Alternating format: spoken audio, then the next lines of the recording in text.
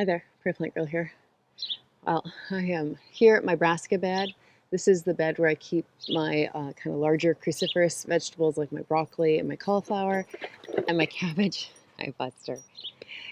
And I just keep them under this netting here to deter the cabbage moths and their larvae from destroying my crops. But I have some beautiful broccoli in here, and I haven't looked under this net in probably a week and a half, 2 weeks. So I thought it was time to A, get that broccoli harvested, and B, just have a little poke around and see how things are doing.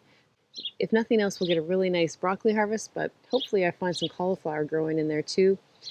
I might even have a cabbage in there to harvest. I can't remember now where it was at. My cauliflower hasn't been doing much though, so I really am hoping to see some signs of growth coming on it. So let's lift this netting up. Hopefully I don't let any moths in, and we can have a good look here. Wow, that's a beautiful head. Broccoli there. You see that in there? I'll cut it out in a minute. This one,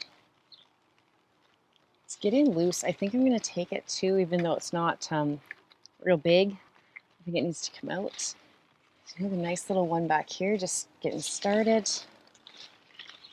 This guy's gorgeous. All right, let's get you out of here.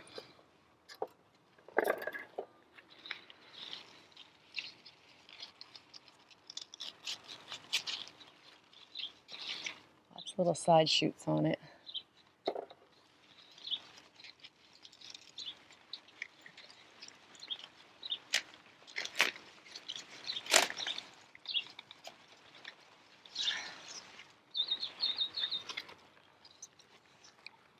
Wow, that's beautiful.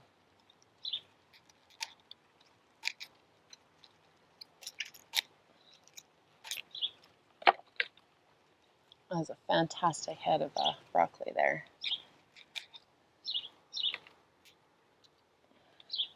Put that in my basket. With the other little one I have there. Look at that. I love it. There are a couple little side shoots. Oh, this one actually got hit by the knife, so it's already off. The rest actually could probably develop longer. I'm going to cut some of the leaves back. Just let a bit more light down in here.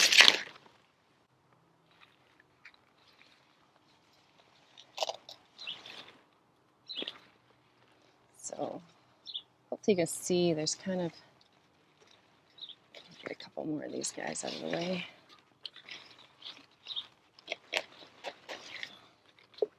So you can see maybe how there's kind of side shoots that are coming out of here, and they'll produce more little heads of broccoli. They'll just be small, like those couple that I had there. But with broccoli, you can just cut the main head and leave the plant, and you'll get a few more side shoots coming. So they can produce for quite a while that way. So I don't want to take too much off, but I am going to take some of the big leaves. You don't want to take too many. Again, that's providing for the plant, but it does help to get some sun in to the rest of the plants in here. There, that'll do it. So that one there. It's starting to open a little bit on the flowers. These are actually a bunch of tiny little flowers here, and it's getting a little bit looser. So, and it's supposed to really heat up into the 30s in the next few days here. So I may as well just take this now. Still a nice head of broccoli. I can blanch this and freeze it.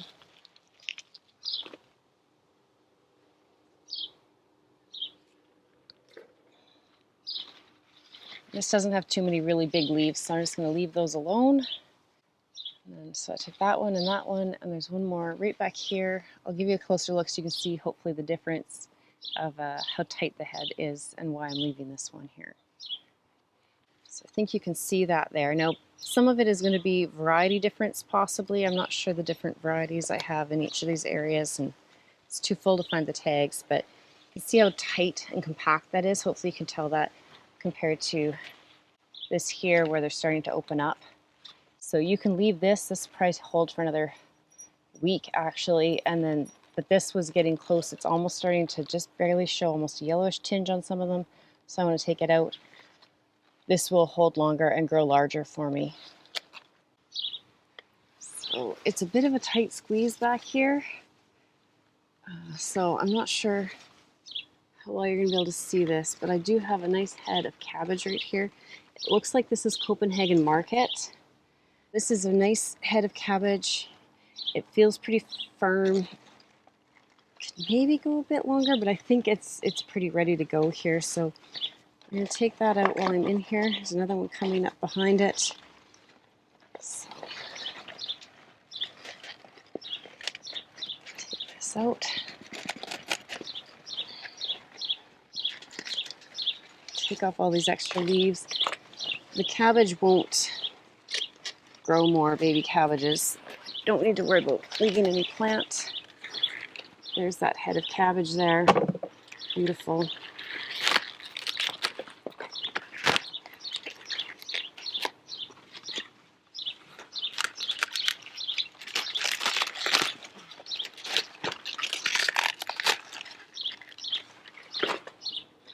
That's a gorgeous head of cabbage.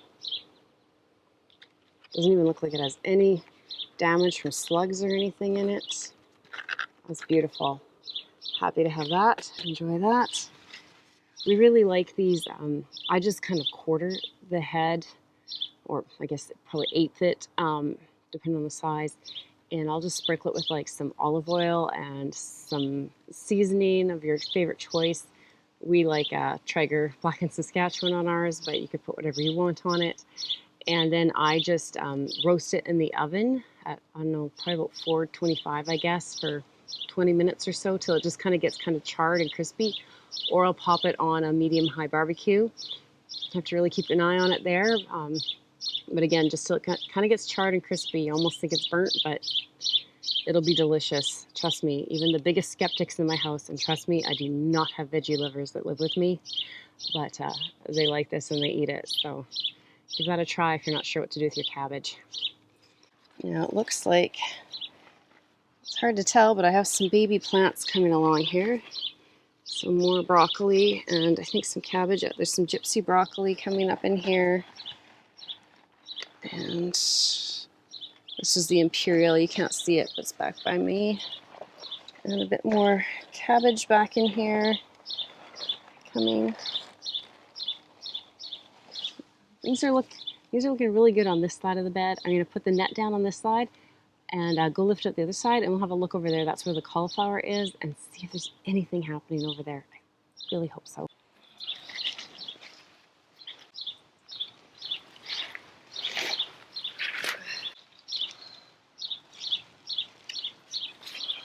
Okay, this is where there's going to be cauliflower developing, is in the front here if I have any. The plants are healthy. Just not doing anything. This one might be. Yeah, this guy's trying to form a head in there, it looks like. So what is this? Do I know? I put a layer of mulch, like compost, over top of my bed here around the plants about a month ago, and I'll tell you, I buried a lot of the identifying tags, so I'm not sure. I think this will be a Minuteman or an early snowball, but I will have to look. I should have it written down inside. This one looks like it's the only one that's really trying to put a head on yet. I'll give you kind of a look inside so you can see what I'm seeing.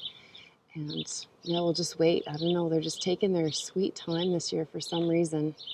I'm not sure what the holdup is, but my daughter loves fresh cauliflower. She just eats it as a snack out of the fridge all the time. That is her go-to vegetable. So I really like to provide her with as much out of the garden as I can. And this year has not been very successful. You can see how all the leaves are coming up.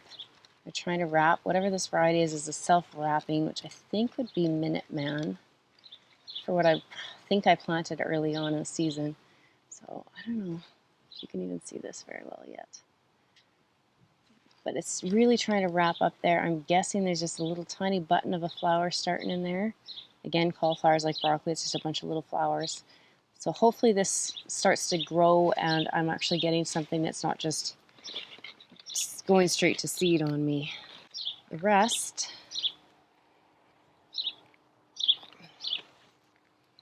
might be trying to start, like this guy might be starting. Another younger one back here, but not looking like much.